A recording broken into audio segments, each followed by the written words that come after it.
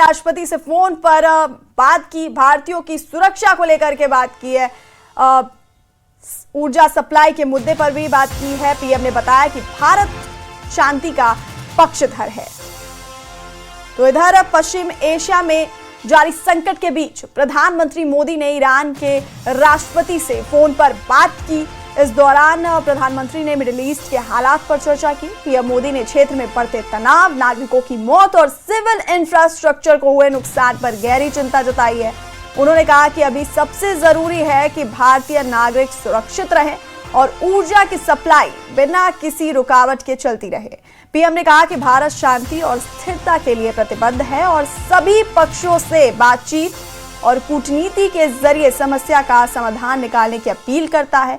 इससे पहले भारत और ईरान के विदेश मंत्रियों के बीच पिछले कुछ दिनों में 3 बार बातचीत हुई है और पीएम मोदी ने ईरानी राष्ट्रपति से फोन पर बातचीत की है और भारतीयों की सुरक्षा और ऊर्जा सप्लाई के मुद्दे पर प्रधानमंत्री मोदी ने ईरानी राष्ट्रपति से फोन पर बात की है और पीएम ने भारत को शांति का पक्षधर बताया।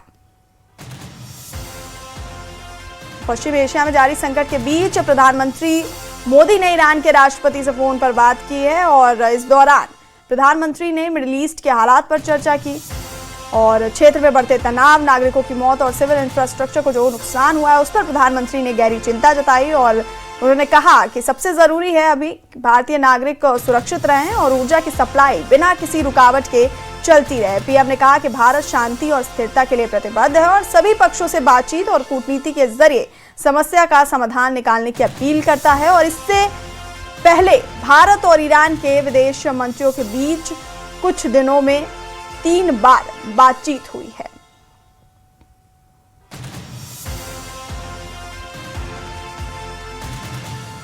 प्रधानमंत्री मोदी ने ईरानी राष्ट्रपति से फोन पर बात की। भारतीयों की सुरक्षा और ऊर्जा सप्लाई के मुद्दे पर प्रधानमंत्री ने ईरानी राष्ट्रपति से बात की है और इसके साथ ही प्रधानमंत्री मोदी ने भारत को शांति का पक्षधर बताया है।